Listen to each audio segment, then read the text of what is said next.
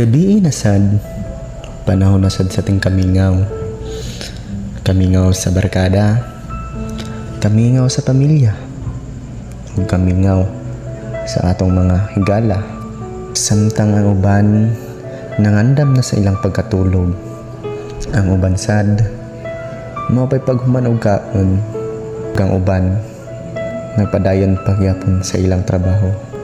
Mong ikaw karon nga nakita ning video ha, swerte kayo ka, nakarong orasa nakapahulay na ka. Tuod man klase-klase tagipang buhat, apan usara ka rason nga nung ato kining buhat aron magakwarta, aron na ikapakaon sa pamilya.